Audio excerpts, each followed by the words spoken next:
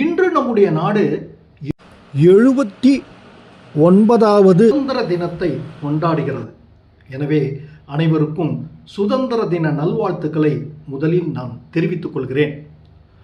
நுவிலி விடியாடி நேயர்களுக்காக இன்று ஒரு அற்புதமான ஒரு பட்டிமன்றம் நடைபெற இருக்கிறது. அதனுடைய தலைப்பு என்னவென்றால், இன்றைய இளைஞர்களுக்கு தேவைப்படுவது கல்வி சுதந்திரமே இல்லை ஆடை சுதந்திரமே என்று இரு அணிகளாக பிரிந்து இளைஞர்கள் பேச இருக்கிறார்கள். சரி, இந்த தலைப்பை பார்த்த உடனே சில பேர் நினைப்பீங்க, ஆஹா இந்த பக்கம்தான்ப்பா ஜெயிக்கும் அப்படின்னு. தயவு செய்து எண்ணாதீங்க. ஏன்னா ஒரு பழமொழி ஒன்று இருக்கு, உங்க எல்லோருக்கும் தெரியும். கண்ணால் பார்ப்பதும் பொய், காதால் கேட்பதும் பொய், தீர விசாரிப்பதே மெய், இல்லையா? சரி, ஏன்னா இதற்கான ஒரு சுவையான கதை கூட இருக்கு. அதை நம்ம இப்போ என்னன்னு பார்க்கலாம். சென்னை அண்ணா சாலையில் ஒரு சமயம் என்னாச்சுன்னா, ஒரு கார் ஒன்று போயிட்டே இருந்தது. இந்த போலீஸ் ரோந்து வாகனம் இருக்கு இல்லையா, இந்த டிராஃபிக் பெட்ரோல் அப்படின்னு சொல்லுவாங்க. அந்த வாகனம் வந்து என்ன பண்ணிச்சுன்னா, அந்த காரை ஃபாலோ பண்ணிகிட்டே வந்தது. அந்த டிரைவர் பார்க்குறாரு, என்னடா அது நம்மளை ஃபாலோ பண்ணிட்டு வருது, என்னன்னே தெரியலையே அப்படின்ட்டு நினச்சிட்டே போகிறார். ஒரு 20 நிமிஷம் இருக்கும். அந்த டிராஃபிக் ஜீப் அவரை கடந்து வந்து அந்த காரை அப்படியே மறிக்குது. உடனே அங்கேருந்து ஒரு டிராஃபிக் இன்ஸ்பெக்டர் இறங்கி அந்த காரை நோக்கி வருகிறார். இந்த டிரைவர் பார்த்துட்டே இருக்கார். பார்த்த உடனே இந்த கார் கதவை திறந்து அந்த டிராஃபிக் இன்ஸ்பெக்டர் என்ன சொல்கிறாருன்னா, சார் இங்கே டிராஃபிக்கு, அதாவது இந்த பாதுகாப்பு வாரம் நடத்திட்டு வரோம். அப்போ யார் வந்து ஒழுங்காக காரை ஓட்டுறாங்க அப்படின்றத பார்த்து அவங்களுக்கு பரிசு கொடுக்க போகிறோம். உங்கள் காரை நான் ஒரு 20 நிமிஷமாக ஃபாலோ பண்ணேன். நீங்கள் டிராஃபிக் ரூல்ஸை ரொம்ப ஜோராக ஃபாலோ பண்ணீங்க, ரொம்ப மிதமான வேகத்தில் போனீங்க.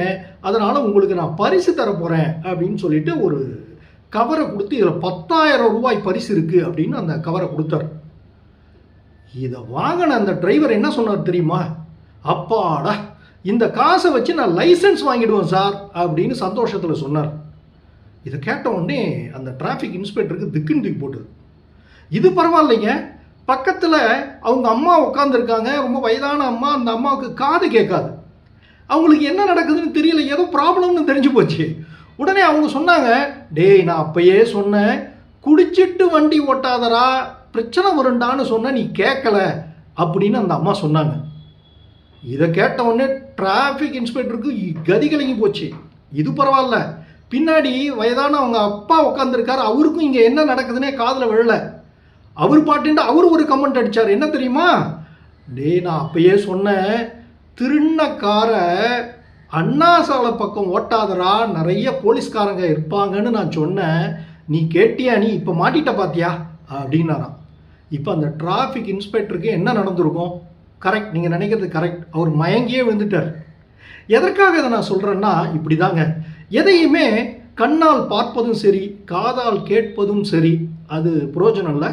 தீர நம்ம விசாரிக்கணும். இப்போ இந்த பட்டிமன்றத்தில் பாருங்கள், தலைப்பை வைத்து ஒரு பக்கமாக நீங்கள் முடிவு எடுக்காதீங்க. இந்த 2 பேரும் பேசக்கூடிய கருத்துக்களை வைத்து நாம் கடைசியாக இறுதியாக என்ன தீர்ப்பு கொடுக்கலாம் அப்படின்றத நம்ம முடிவு செய்யலாம். 2 பக்கமே இளைஞர்கள் பேச இருக்கிறார்கள், அற்புதமான பேச்சாளர்கள். முதலாவதாக, இன்றைய இளைஞர்களுக்கு தேவை கல்வி சுதந்திரமே என்று பேச வருகிறார் இளைஞர் சே. பிரபாகர். இவர் வந்து முனைவர் பட்ட ஆய்வாளர், இந்திய மொழிகள் மற்றும் ஒப்பிலக்கியத்தில் இவர் மாணவர், தமிழ் பல்கலைக்கழகம் தஞ்சாவூரை சேர்ந்தவர். அவர் தன்னுடைய கருத்தை இங்கே பதிவு செய்ய வருகிறார். வாருங்கள் பிரபாகர், உங்கள் வாதத்தை இங்கே வையுங்கள், நாம் என்னவென்று பார்க்கலாம்.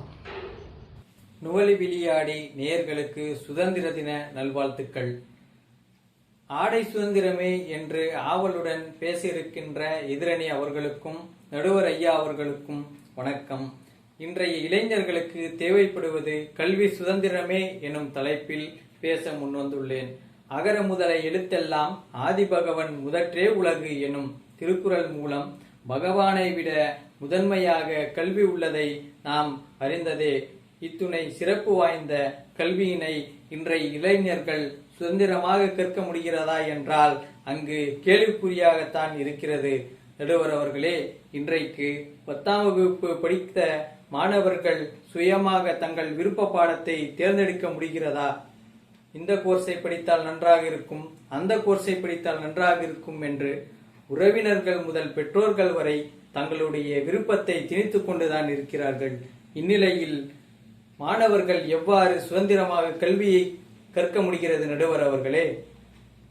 பள்ளியிலாவது பெற்றோர்களின் விருப்பத்திற்கு படித்து விட்டோம், இனி கல்லூரியிலாவது நம்முடைய விருப்ப பாடத்தை படிப்போம் என்று கல்லூரிக்கு சென்றால் அங்கேயும் இத்துணை மதிப்பெண்களை பெற்று ஏன் இத்துறையை தேர்ந்தெடுத்துள்ளாய், இந்த துறையை படித்து என்ன செய்ய போகிறாய் என்றெல்லாம் மாணவர்கள் முதல் ஆசிரியர்கள் வரை கேள்விக்கு உள்ளாக்கத்தான் படுகிறார்கள். மாணவர்களே, இத்துணை கேலிகளிலும் கிண்டல்களிலும் தொடர்ந்து கல்லூரி படிப்பினை முடித்துவிட்டு உயர்கல்விக்கு செல்லலாம் என்று நினைக்கும் பொழுது உறவினர்கள் எல்லாம் யூஜி படித்து விட்டாய், பணிக்கு செல்லவில்லையா, எங்கு பணிக்கு செல்கிறாய் என்று கேட்கக்கூடிய கேள்விகளுக்கும், உன்னுடன் படித்த மாணவர்கள் எல்லாம் பணிக்கு சென்று விட்டார்கள், நீ இனி படிக்கப் போகிறாய் என்று கூறுகிறாயே என்று கூறுகின்ற பெற்றோர்களின் கேள்விக்கும் பதிலளிக்க முடியாத சூழ்நிலைதான் இன்றைய இளைஞர்கள் சந்தித்துக் கொண்டிருக்கிறார்கள்.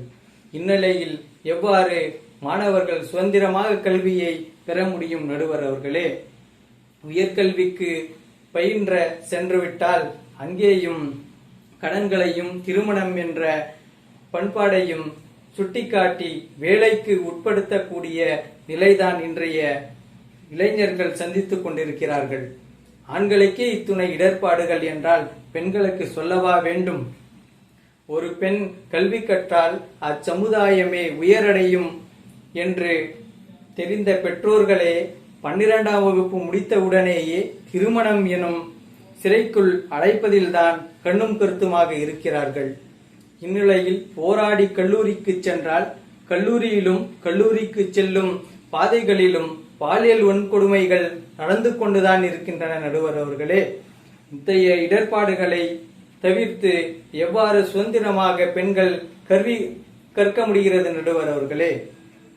போராடி உயர்கல்விக்கு செல்லலாம் என்று இருக்கும் பொழுது பெற்றோர்களே மேலும் படித்து என்ன செய்ய போகிறாய், எத்துணை படித்தாலும் பெண்கள் சமையலறையில் வேலை செய்யத்தான் இருக்கிறார்கள் என்று கூறி பெற்றோர்களே குழந்தைகளின் கல்விக்கு இடர்பாடாக இருக்கும் பொழுது எவ்வாறு இன்றைய இளைஞர்கள் சுதந்திரமாக கல்வி கற்க முடியும் நடுவர் அவர்களே?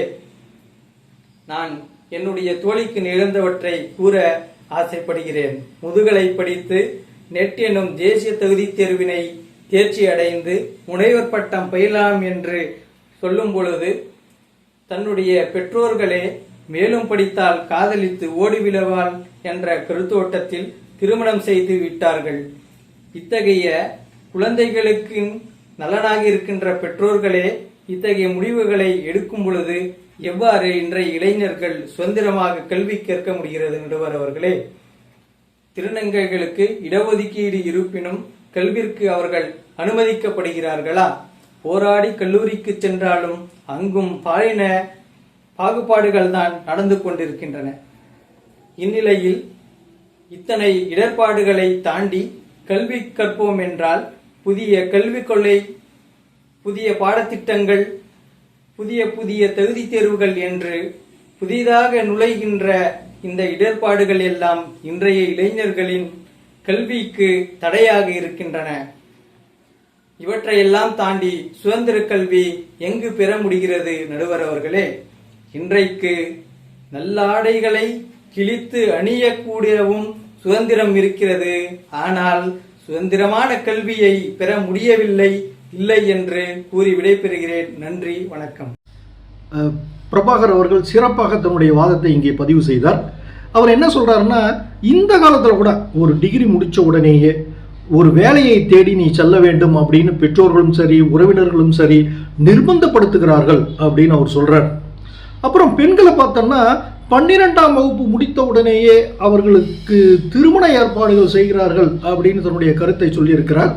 அது இல்லாமல் அவங்க காலேஜுக்கு போயோ இல்லை பிஜி கோர்ஸ் படிக்கும்போது அவங்க ஏதாவது காதல் வலையில் சிக்கி விடுவார்களோ அப்படின்றதுக்காக பெண்களை ரொம்ப அதிகமாக படிக்க வைப்பது இல்லை அப்படின்னு அவருடைய கருத்தை இங்கே பதிவு செய்திருக்கிறார். ஆனால் இன்னொரு நல்ல ஒரு கருத்தை அவர் சொல்லியிருக்கார். ஒரு ஆண் படித்தால் குடும்பம் நன்றாக இருக்கும், ஒரு பெண் படித்தால் ஒரு சமுதாயமே நன்றாக இருக்கும் அப்படின்னு அவர் சொல்லியிருக்காரு. இன்னொரு ஒரு முக்கியமான ஒரு ஜோக்கா ஒன்று சொல்லியிருக்காரு. கிழிந்த ஆடைகளை கூட அணிவதற்கு எங்களுக்கு உரிமை இருக்கிறது, ஆனால் எங்களுக்கு விருப்பமான ஒரு கல்வியை படிப்பதற்கு உரிமை இல்லை அப்படின்னு தன்னுடைய வாதத்தை அவர் நிறைவு செய்திருக்கிறார். இதற்கான பதிலை அதாவது இன்றைய காலத்தில் தேவைப்படுவது ஆடை சுதந்திரமே என்கின்ற தலைப்பில் பேச வருகிறார் கீர்த்தனா அவர்கள். இவர் விழுப்புரத்தை சார்ந்தவர். இவர் ஒரு MA B.Ed பட்டதாரி, JRF பாஸ் செய்திருக்கிறார், அதாவது ஜூனியர் ரிசர்ச் ஃபெலோஷிப் பாஸ் செய்திருக்கிறார்.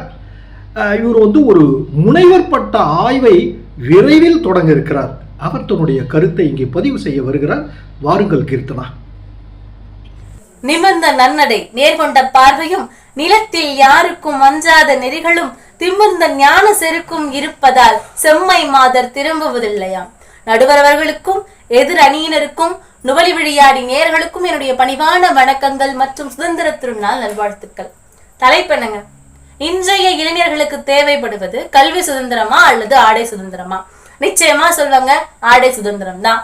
ஆடுவோமே பல்லு பாடுவோமே ஆனந்த சுதந்திரம் அடைந்து விட்டோமேனு மகாகவி பாரதியார் பாடினதெல்லாம் வாஸ்தவம் தான்.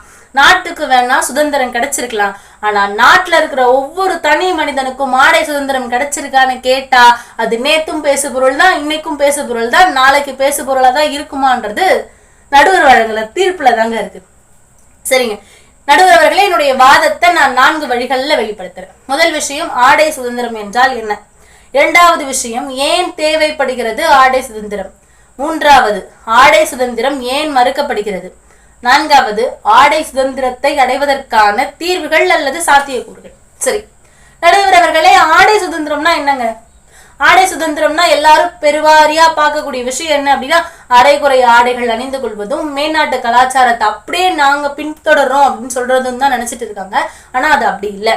ஆடை சுதந்திரம் என்பது ஒரு தனி மனிதன் தான் விரும்பும் வண்ணத்தில் தான் விரும்பும் வகையில் நேர்த்தியான ஆடைகளை மனதிற்கு பிடித்தவாறு அணிந்து கொள்வது, எந்த கட்டுப்பாடும் இல்லாம. இதுதாங்க ஆடை சுதந்திரம். சரி, ஏன் தேவைப்படுது ஆடை சுதந்திரம்? ஆடை என்பது வெறும் உடலை மறைக்கும் வஸ்து மட்டும் அல்ல, அது அதிகாரத்தின் வெளிப்பாடு, அது தைரியத்தின் வெளிப்பாடு, அது அங்கீகாரத்தின் வெளிப்பாடு, அது மாபெரும் கௌரவத்தின் வெளிப்பாடு. எங்க மகாத்மா காந்தி தன்னோட கோட்டை கழட்டிட்டு மக்களோட மக்களா அகிம்சை வழியில போராடினதுக்கு பின்னாடியும், அண்ணல் அம்பேத்கர் கோட் அணிந்து கொண்டு சட்டசபையில தைரியமா ஏறினதுக்கு பின்னாடியும் இருக்கிறது மிகப்பெரிய ஆடை அரசியல் அப்படின்றத நம்மால மறுக்கவும் முடியாது, மறக்கவும் முடியாது. நம்ம வரலாற்று சான்றையே எடுத்துக்குவோங்க. நம்ம வரலாறுல என்ன இருந்துச்சு? திருவிதாங்கூர் பகுதியில ஒரு வரி சட்டம் இருந்துச்சு. என்ன அப்படின்னா, முளைவரி சட்டமா.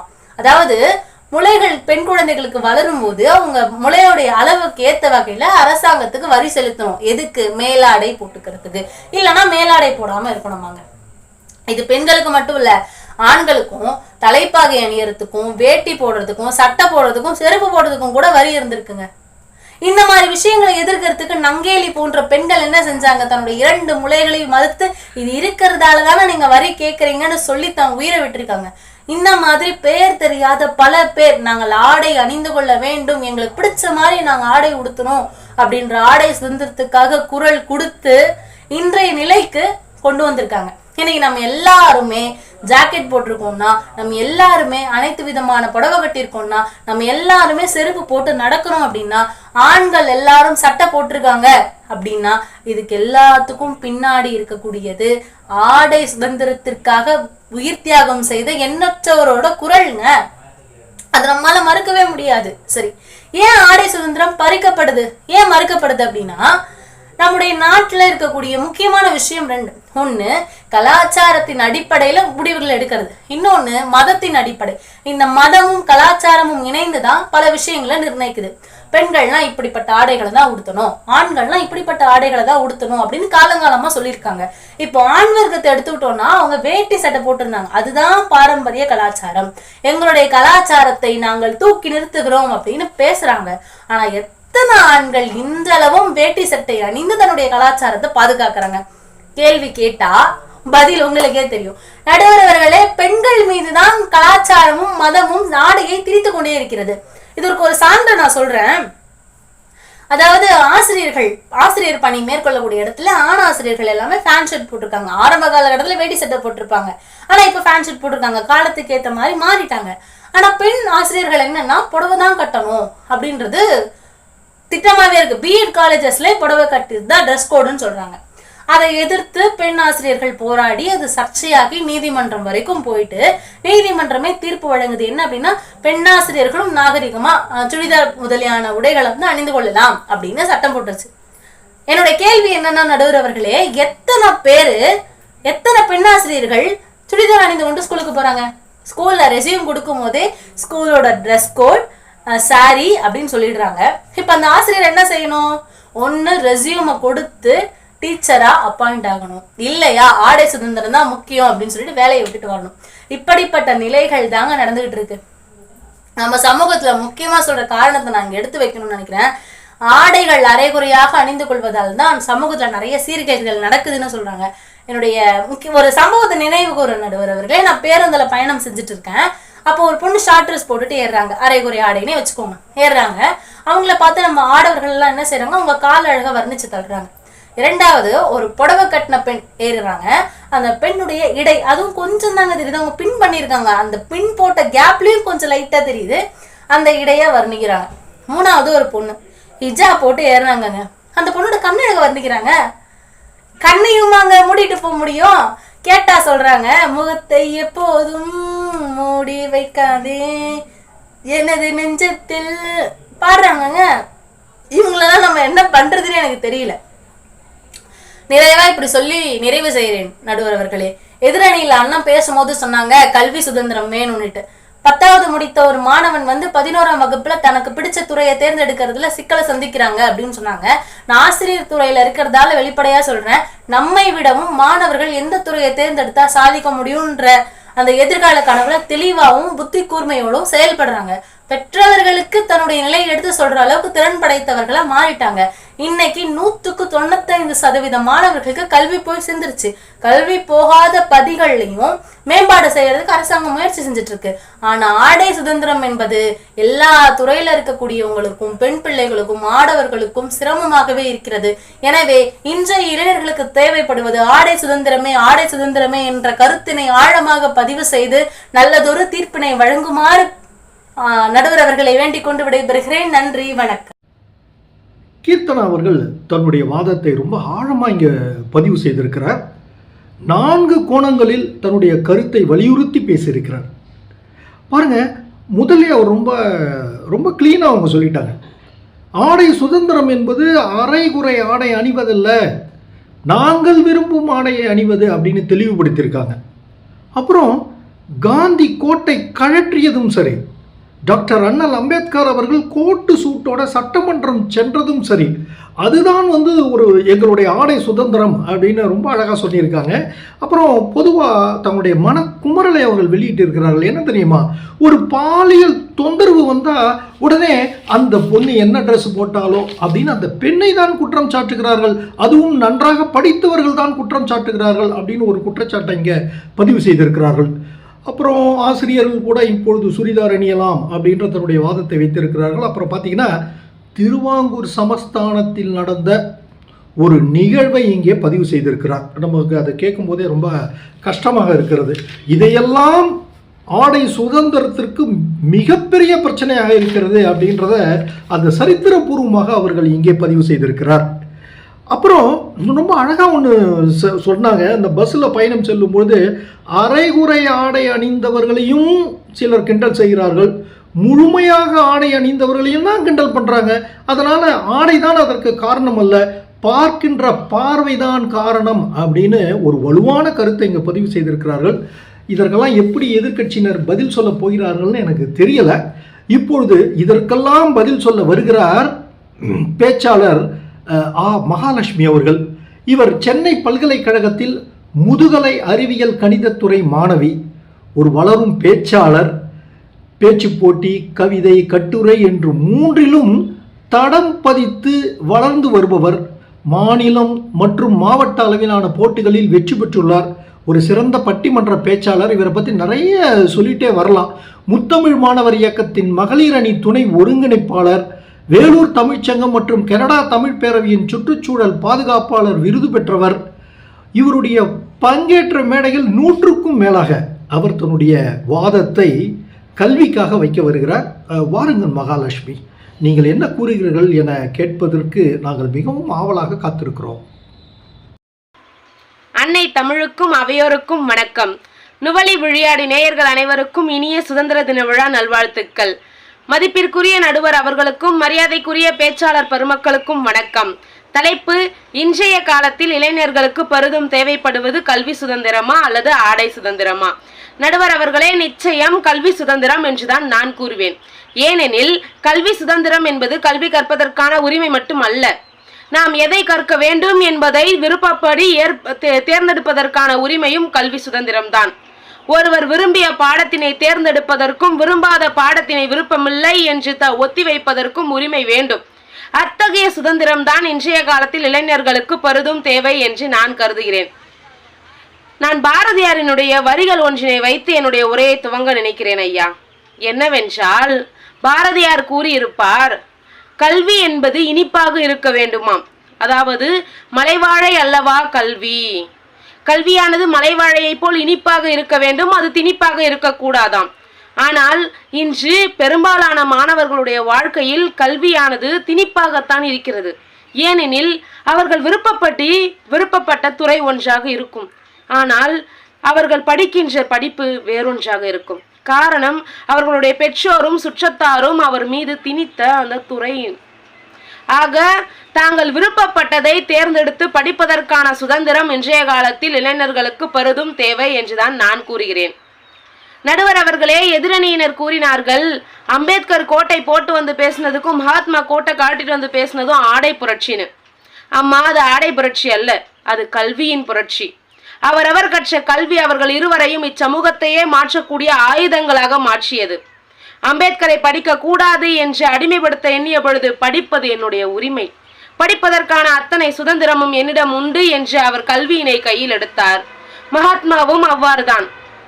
நான் படித்தவன், இச்சமூகத்தினை மாற்றக்கூடிய வல்லமையும் ஆயுதமும் அதற்கான உரிமையும் அதற்கான பொறுப்பும் என்னிடம் உண்டு. ஆக நான் கல்வியினை முன்னெடுக்கிறேன் என்று அவரும் அவர் கற்ற கல்வியின் வழியில்தான் சமூகத்தை சீர்திருத்தார். ஆக உங்களுடைய ஆடை சுதந்திரத்திற்கு அடிப்படையே எங்களுடைய கல்வி சுதந்திரம்தான். நடுவர் அவர்களே, இதிலிருந்தே நமக்கு தெளிவாக புலனாகிறது இன்றைய காலத்தில் இளைஞர்களுக்கு பெரிதும் தேவை கல்வி சுதந்திரம் என்பதுதான். நடுவர் அவர்களே, அவர்கள் கூறினார்கள், ஆடை என்பது சமூகத்தினை கட்டமைக்கக்கூடியதாக இருக்கிறது என்று. ஆனால் அந்த சமூகத்தை கட்டமைப்பதே எங்களுடைய கல்விதாங்க. அப்படி இருக்கிறப்ப எப்படி ஆடையை விட கல்வி குறைவானதாகும்? கல்விதானே முக்கியம், கல்வி சுதந்திரம் தானே முக்கியம். அம்மா கூறினார்கள், உங்களுடைய கல்வி சுதந்திரத்தை எட்டிவிட்டோம், ஆனால் ஆடை சுதந்திரம் இன்னும் பேசுபொருளாவே இருக்கு அப்படின்னு. அம்மா, உங்க ஆடை சுதந்திரமாவது பேசுபொருளாவது இருக்கு, ஆனா எங்க கல்வி சுதந்திரம் பேசக்கூட முடியாம பல மாணவர்களுடைய மனதுல புழுங்கி கொண்டிருக்கிறதுமா. போயிட்டு பக்கத்துல இருக்கிற 10வது 11வது படிச்ச மாணவனை போய் கேளுங்க, தம்பி விருப்பப்பட்டு ஆசையாதான் இந்த துறையை எடுத்து படிக்கிறியான்ட்டு. 170 பேர் சொல்லுவாங்க, இதை படிச்சா வேலை கிடைக்கும்னு சொன்னாங்க, இதை படிச்சாதான் நல்லா இருப்பேன்னு சொல்லிட்டு எங்க அப்பா சேர்த்து விட்டாங்க, என்னை சுத்தி இருக்கவங்க சொன்னாங்க. இப்படிதான் அவர்கள் அந்த துறையை தேர்ந்தெடுத்திருப்பார்கள். இப்படித்தான் அவர்கள் அந்த துறையை தேர்ந்தெடுத்திருப்பார்கள். அதாவது 10ஆம் வகுப்பு படிக்கும் வரை 10ஆம் வகுப்பில் நல்ல மதிப்பெண் எடுக்க வேண்டும் என்று மார்க்கினை அவர்கள் மேல் திணிப்பார்கள். நல்ல மார்க் எடுத்ததுக்கு அப்புறம் 11ஆம் வகுப்புல நல்ல குரூப்பா பார்த்து தேர்ந்தெடுப்பா, இதுலதான் உன்னுடைய வாழ்க்கையே இருக்குன்னு சொல்லிட்டு நல்லா யோசின்னு சொல்லுவாங்க. ஆனா அவர்கள் விருப்பப்பட்ட பாடத்தினை மாணவனை எடுக்க வைப்பாங்க. ஆக அந்த மாணவனுடைய மனநிலை விருப்பப்பட்ட பாடத்தினை படிக்காமல் விருப்பப்படாத பாடத்தினை படிக்கவும் முடியாமல் தவித்து கொண்டிருப்பார்கள். பாருங்கய்யா, அவங்களுக்கு தாங்க தெரியும் கல்வி சுதந்திரம் எவ்வளவு முக்கியங்கிறது. பள்ளி கல்லூரி மாணவர்களை கூட விட்டுருங்க ஐயா. நான் எங்க வீட்டுக்கு பக்கத்துல இருக்கிற ஒரு அக்கா கிட்ட போய் கேட்டேன், அக்கா உங்களுக்கு வந்துட்டு விருப்பப்பட்டதை படிச்சுட்டு முன்னேறதுக்கான இது சுதந்திரம் வேணுமா, இல்லை விருப்பப்பட்ட ஆடை அணிஞ்சிட்டு நடமாடுறதுக்கான சுதந்திரம் வேணுமான்ட்டு. அவங்க என்ன சொன்னாங்க தெரியுமா? ஏம்மா, நான் விருப்பப்பட்டதை படிச்சிருந்தேன்னா இன்னைக்கு என் விருப்பப்படி வேலைக்கு போயிருப்பேன். என் வீட்டில் பொம்பளை பிள்ளைன்னு என்னை படிக்க வச்சாங்க. ஆனால் அவங்க சொன்ன காலேஜில் அவங்க சொன்ன படிப்பு, அவங்க சொன்ன இடம் எல்லாமே அவங்களுடைய விருப்பம். நான் படித்து முடிச்சதுக்கப்புறம் கல்யாணம் பண்ணி வச்சிட்டாங்க. இதான் இப்போ இங்கே வந்திருக்கேன். எதுக்கு படிச்சுனே தெரியாமல் இருக்கேன். ஆக எனக்கு வந்துட்டு நான் படிச்சுட்டு நல்ல வேலைக்கு போயிருந்தேன்னு வச்சுக்கேன், வேலைக்கு போகிறப்ப நான் சேலை கட்டிட்டு போவேன், நான் சுடிதார் போட்டு போவேன், நான் பேண்ட் சட்டை கூட போட்டு போயிருப்பேன். அப்பெல்லாம் படிச்சாப்பா, சம்பாதிக்கிறாப்பா, அவள் வாழ்க்கையை அவள் பார்த்துக்கிறாப்பா, அந்த பேரும் அந்த கௌரவமும் இப்போ எனக்கு இருக்கா? ஆக ஆடைக்கு முன்னாடியே ஒரு சுதந்திரம்னா அது கல்வி சுதந்திரம் தாம்மா. அப்போ கல்வி சுதந்திரம் தான் வேணும் அப்படின்னு சொன்னாங்க. நடுவர் அவர்களே, இன்று இதை கேட்டுக்கொண்டிருக்கும் பல பேருடைய வாழ்க்கையிலும் இச்சம்பவம் நிகழ்ந்திருக்கக்கூடும். பல மாணவர்களுடைய வாழ்க்கை, இளைஞர்களுடைய வாழ்க்கையிலும் அவர்களுடைய கல்வி சுதந்திரமானது பறிபோயிருக்கக்கூடும். ஆக இனி வரும் சமுதாயத்திலாவது இளைஞர்களுக்கு கல்வியில் சுதந்திரம் வேண்டும் ஐயா. நடுவர் அவர்களே, நான் நிறைவாக இவ்வாறு சொல்லி முடிக்கிறேன்.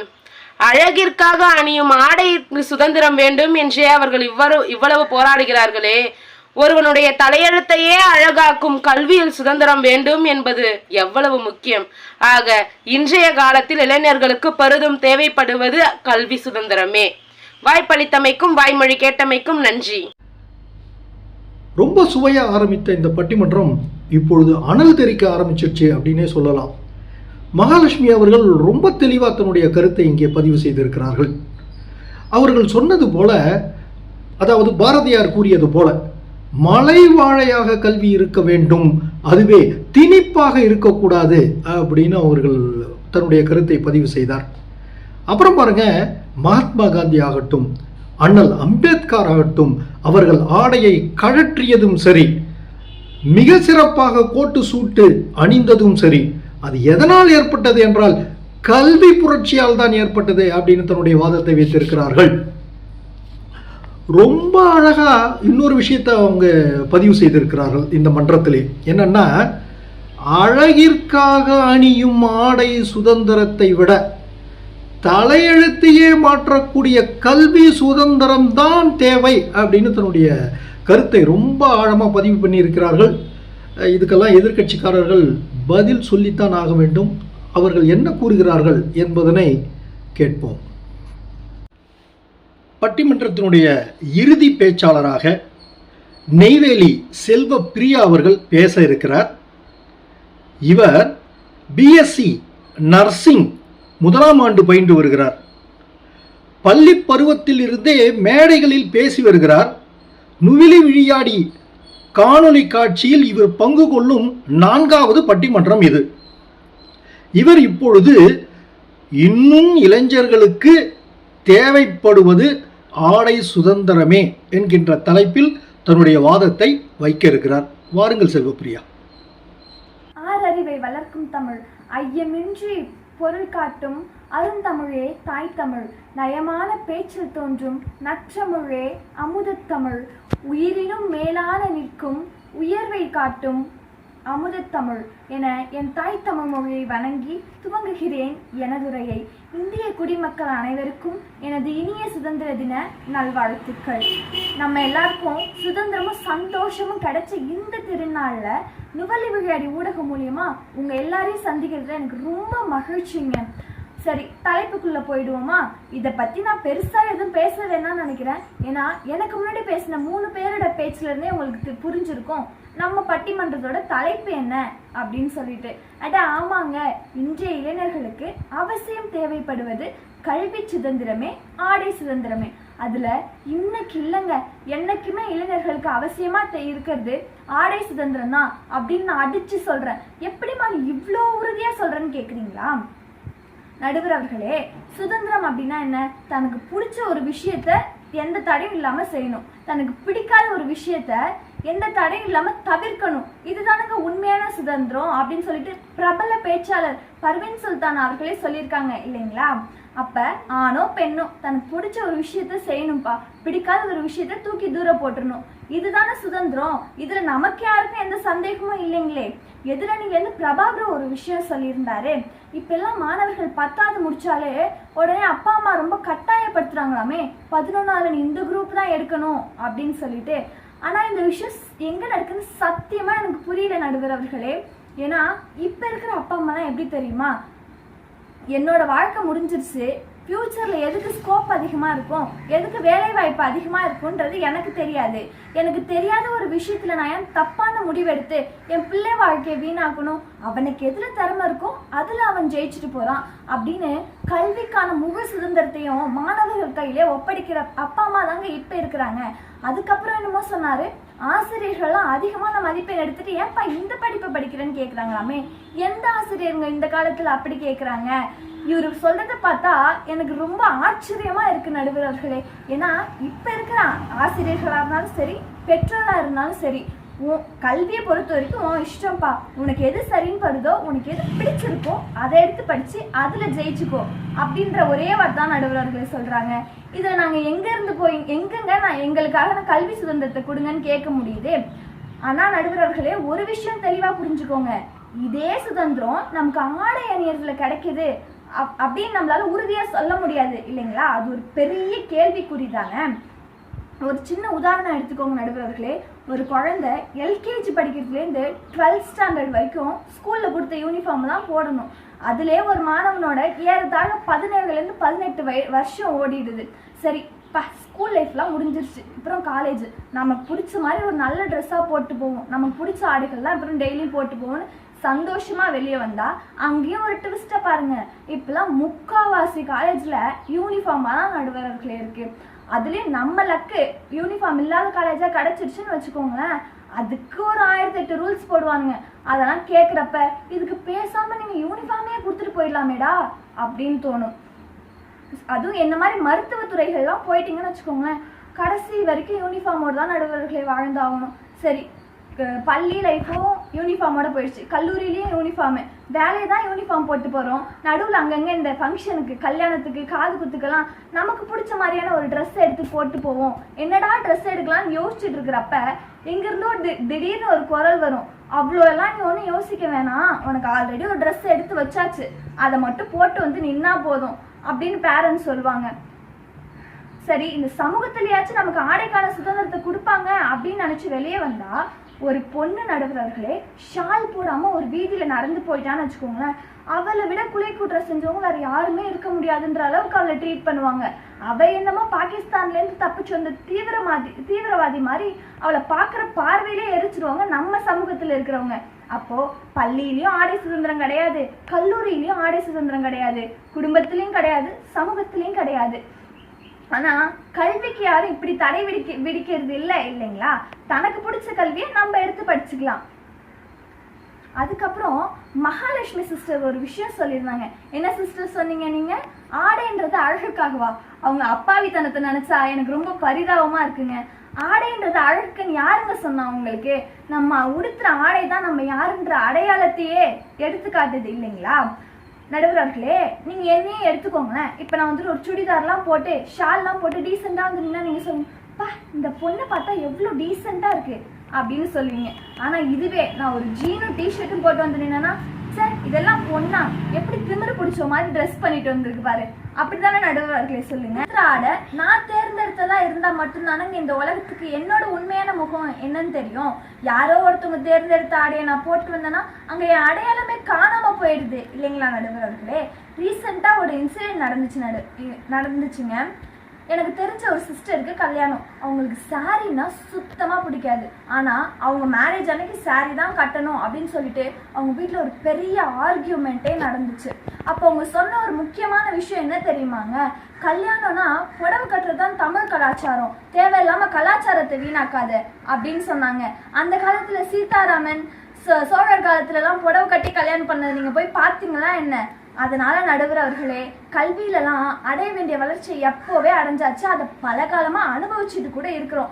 ஆனா நம்ம இந்தியாவில் இன்னும் சுதந்திரமே கிடைக்காத ஒரு விஷயம் அப்படின்னா அது ஆடைக்கு மட்டும்தான் நடுவர் அவர்களே. அதுல எல்லளவு கூட ஐயம் இல்லாம அடிச்சு சொல்றேங்க. வாய்ப்பிற்கும் செவி சாய்ப்பிற்கும் நன்றி கூறி விடைபெறுகிறேன். நன்றி, வணக்கம். 4 பட்டிமன்ற பேச்சாளர்களும் தங்கள் வாதத்தை நிறைவு செய்து விட்டார்கள். ரொம்ப நல்லா பேசினாங்க. உண்மையிலேயே அவர்களுக்கு மீண்டும் என்னுடைய பாராட்டுதலை தெரிவித்துக் கொள்கிறேன். இப்பொழுது பட்டிமன்றத்தினுடைய நிறைவு பகுதிக்கு நாம் வந்துவிட்டோம். தீர்ப்பு சொல்ல வேண்டிய நேரம் இது. நம்முடைய தலைப்பு என்ன? இன்றைய இளைஞர்களுக்கு தேவைப்படுவது கல்வி சுதந்திரமா அல்லது ஆடை சுதந்திரமா? முதற்க நம்முடைய இந்த கல்வி சுதந்திரத்தை பற்றி நம்ம முதல்ல பார்க்கலாம். இன்றைக்கு டேட்டாலாம் என்ன சொல்லுதுன்னு பார்க்கலாம். இந்தியாவில் இருக்கின்ற இஸ்ரோ சயின்டிஸ்ட் இன்றைக்கு உலகத்தில் அனைவரும் அவர்களை பாராட்டுகிறார்கள். குறிப்பாக பார்த்தீங்கன்னா அதில் 20% பெண் விஞ்ஞானிகள் பணிபுரிகிறார்கள். நம்முடைய அச்சீவ்மெண்ட் வந்து பார்த்தீங்கன்னா ரொம்ப ஆச்சரியமாக இருக்கு. ஸ்பேஸ் எக்ஸ்ப்ளோரேஷனில் நம்முடைய சயின்டிஸ்ட் விட்ட சந்திராயன் 3க்கு போயிருக்கு. மங்கள்யான் மார்ஸை சுற்றி வருது. அதுக்கு மேலே ஆதித்யா L1 என்று சூரியனை நோக்கி நம்முடைய செயற்கைக்கோள் சென்று கொண்டு இருக்கிறது. இதெல்லாம் பார்த்து உலக விஞ்ஞானிகள் வந்து ரொம்ப ஆச்சரியப்படுகிறார்கள். நம்ம இந்தியாவை சேர்ந்த நம்முடைய விஞ்ஞானிகளுடைய ஒரு அச்சீவ்மெண்ட்னு சொல்லணும். இதெல்லாம் நடந்து கொண்டு இருக்கிறது. நியூக்ளியர் டெக்னாலஜி இந்தியா முன்னேறி இருக்கிறது. இன்ஃபர்மேஷன் டெக்னாலஜி உலகத்திலேயே இப்போது சிறந்த ஐடி பீப்புள் யாருன்னு கேட்டிங்கன்னா இந்தியன்ஸ் தான் அப்படின்னு சொல்கிறாங்க. ஹெல்த் கேர் COVID-19 பார்த்தோம். உலகத்தில் இருக்கின்ற மற்ற நாடுகளுக்கு கோவிட் தடுப்பூசி கொடுத்தது இந்தியா. மிகப்பெரிய வல்லரசு நாடுகள்லாம் செய்யாததை இந்தியா செய்தது.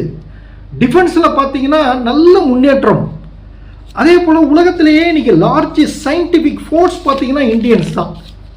அப்படி இருக்கும்போது நம்ம இளைஞர்களுக்கு சுதந்திரம் இல்லாமலையா இந்த அளவுக்கு நம்ம இந்தியா முன்னேறி இருக்கு அப்படின்னு என்ன தோணுது. நாசாவில் கூட பார்த்தீங்கன்னா 12% சயின்டிஸ்ட்டு நம்ம இந்தியன்ஸ் இருக்காங்க அப்படின்னு சொல்கிறாங்க. அது மட்டும் இல்லை, அமெரிக்காவில் 38% இந்திய டாக்டர்ஸ் தான் அங்கே பணிபுரிகிறார்கள். இதெல்லாம் பார்க்கும்போது அப்பொழுது நம்முடைய இளைஞர்கள் சுதந்திரம் இல்லாமல், கல்வி சுதந்திரம் இல்லாமல் இந்த அளவுக்கு சாதனை செய்திருக்க முடியுமா அப்படின்ற எண்ணம் நமக்கு தோன்றுகிறது. சரி, இதை அப்படியே நம்ம ஒரு பக்கம் வச்சிடலாம். அடுத்தது, இன்றைய இளைஞர்களுக்கு தேவை ஆடை சுதந்திரமே அப்படின்ற தலைப்பில் ரொம்ப அழகாக பேசினாங்க. அதில் குறிப்பாக கூட சொன்னாங்க, நாங்கள் சுதந்திரம் என்று சொல்வது அரைகுறை ஆடை அணிவதல்ல, நாங்கள் விருப்பப்படும் ஆடை அணிவது தான் நாங்கள் அந்த சுதந்திரம் என்று சொல்கிறோம் அப்படின்னு ரொம்ப நல்லா பேசினாங்க. சரி, இப்போ நீங்கள் இதே ஒரு 25-30 வருடத்திற்கு முன்னால் பார்த்தீர்களேயானால் தமிழ்நாட்டில் பெண்கள் வந்து பாவாடை தாவணி அணிந்து கொண்டிருந்தார்கள். பிறகு சுடிதார் துப்பட்டா அணிந்து கொண்டிருந்தார்கள். அப்புறம் துப்பட்டா போயிடுச்சு, சுடிதார் அணிந்து கொண்டிருந்தார்கள். இப்பொழுது பார்த்தீங்கன்னா ஜீன்ஸ் அண்டு டிஷர்ட், ரைட், இதெல்லாம் வந்து காலத்திற்கு ஏற்ப காலத்தினுடைய மாற்றம். அதெல்லாம் யாரும் மிகப்பெரிய அப்ஜெக்ஷன் சொல்லுவாங்க இல்லையா, எதிர்ப்பெல்லாம் காட்டுவதில்லை. சரி, நம்ம குழந்தைங்க இதை போன்ற உடை அணிகிறார்கள் அப்படின்றத யாருமே வந்து ரொம்ப மறுக்கிறது இல்லை. தாராளமாக உடைகளை, அதாவது உடம்பை முழுவதுமாக மறைக்கின்ற ஆடைகளை இவர்கள் யாரும் ரொம்ப அப்ஜெக்ஷன்லாம் பண்றதில்லை. ஆனால் ஆண்கள் தொடர்ந்து ஜீன்ஸ் அணிந்தால் இனப்பெருக்க சக்தி குறையும்னு மருத்துவர்கள் கூறுகிறார்கள். மெரால்ஜியா பரிஸ்டெடிகா அப்படின்ற ஒரு பாதிப்பும் ஏற்படுகிறது என்று கூறுகிறார்கள். அதாவது என்னன்னா, ஜீரண சக்தி குறையுமா தொடர்ந்து நீங்க ஜீன்ஸ் போட்டீங்கன்னா, பாக்டீரியா தொத்தும் ஏற்படுமா. நம் நாட்டுடைய வெப்பநிலைக்கு ஏற்பதாங்க நம்முடைய உடைகள் வந்து அணிய வேண்டும். நம்முடைய வேர்வையெல்லாம் அது உறிஞ்சணும். அப்படி இல்லைன்னா உடல்நிலை பாதிக்கப்படும். எனவே ஆடை கட்டுப்பாடு என்பது அவசியம். இந்த இளமையான வயசுல நமக்கு வந்து இந்த ஹார்மோன்லாம் அதிகமாக சுரக்கிறதுனால ரொம்ப மாடர்னா போகணும் அப்படின்லாம் நம்ம நினைப்போம். அந்த சமயத்தில் நம்முடைய பெற்றோர்கள் கூறுகின்ற அறிவுரை நம்முடைய சுதந்திரத்தை பறிப்பதாக நம்ம உணர்றோம். ஆனால் இந்த கட்டுப்பாடுகள் உங்கள் நன்மைக்காக உங்கள் பெற்றோர்களால் கூறப்படுவது. அது மட்டும் இல்லை, குறிப்பாக பெண்கள் உடல் முழுவதும் அப்படின்னு நான் சொல்ல மாட்டேன், உங்கள் விருப்பப்பட்ட ஆடைகளை நீங்கள் நிச்சயமாக அணிந்து கொள்ளுங்கள். ஆனால் மற்றவருடைய கண்களை அது கவராமல் இருக்க வேண்டும். ஒரு சின்ன பழமொழி கூட சொல்லுவாங்க இல்லையா, பூனையை விரட்டி திரிவதை விட மீனை மூடி வைப்பதே சிறந்ததுன்னு சொல்லுவாங்க. அதனால நாங்க சொல்றதை நீங்க நாசுக்காக புரிந்து கொள்ள வேண்டும். பெற்றோர்கள் கூறுகின்ற இந்த கட்டுப்பாடுகள் உங்கள் சுதந்திரத்தை பறிப்பதற்காக சொல்லப்படுவதில்லை, உங்கள் பாதுகாப்புக்காக சொல்லப்படுகின்ற விஷயங்கள் என்பதை நீங்கள் புரிந்து கொண்டால் இதை நீங்கள் தவறாக எடுத்துக்கொள்ள மாட்டீர்கள். சரி, இப்ப நம்ம இதை பார்த்துட்டோம்.